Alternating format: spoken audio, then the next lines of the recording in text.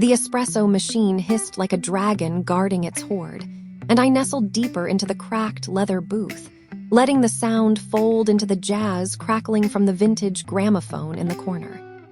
Café Saudade was the kind of place that made you believe time had manners.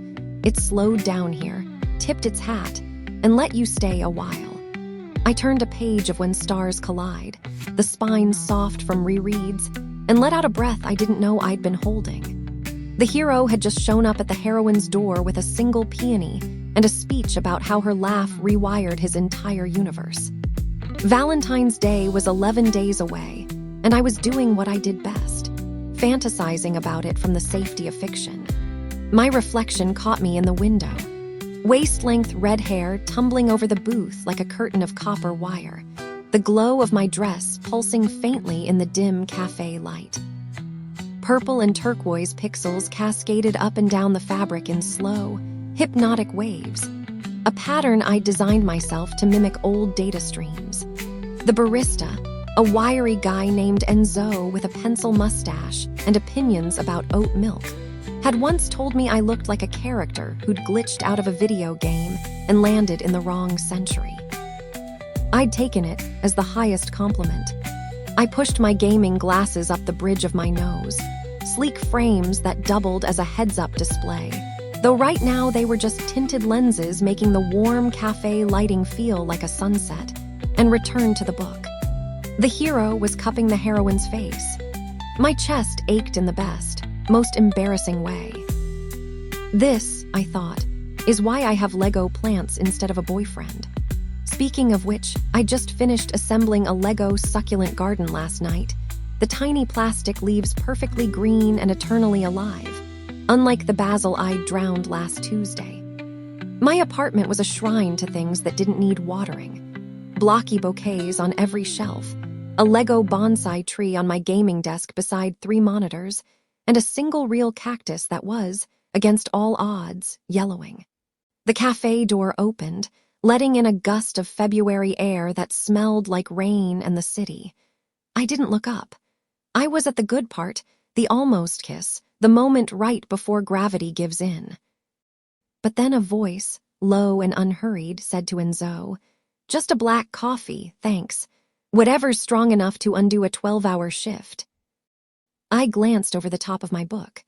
He was tall, broad-shouldered, still in uniform, dark navy, a silver badge catching the amber light. His jaw was dusted with stubble like he'd started the day clean-shaven, and the day had simply been that long. Dark hair, a little unruly.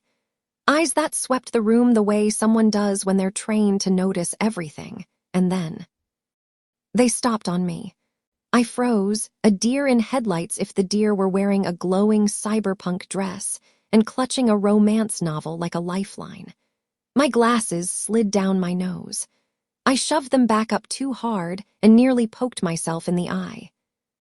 Smooth fell Quinn, legendary.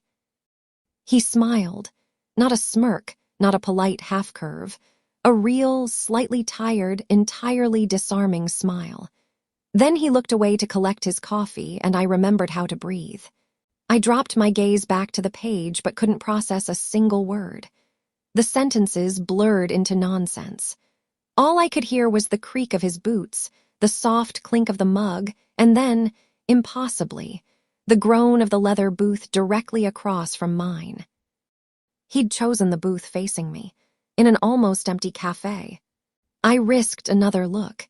He was pulling out a phone, scrolling with his thumb, sipping his coffee with the quiet focus of someone who'd earned every drop. Up close, I could read the nameplate pinned above his badge pocket. Maverick. Of course his name was Maverick. The universe had zero subtlety. He caught me staring. I snapped my eyes to my book so fast I probably gave myself whiplash. My cheeks burned hot enough to steam milk. For 30 agonizing seconds, I pretended to read while my pulse did speedrun intervals. Good book. I looked up. He was watching me with easy curiosity, his phone now face down on the table. It's I held up the cover, which featured 2 people in a windswept embrace. It's research. Research, he repeated, one eyebrow lifting.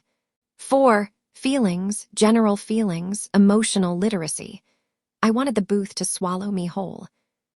But he laughed, a warm, rolling sound, and leaned forward. I respect that. What's the verdict so far? Inconclusive, I said, and something brave and reckless flickered to life behind my ribs. The data set is purely fictional. His eyes crinkled. Maybe you need a field study. The gramophone crackled. The espresso machine hissed. And for the first time in a very long time, I closed the book.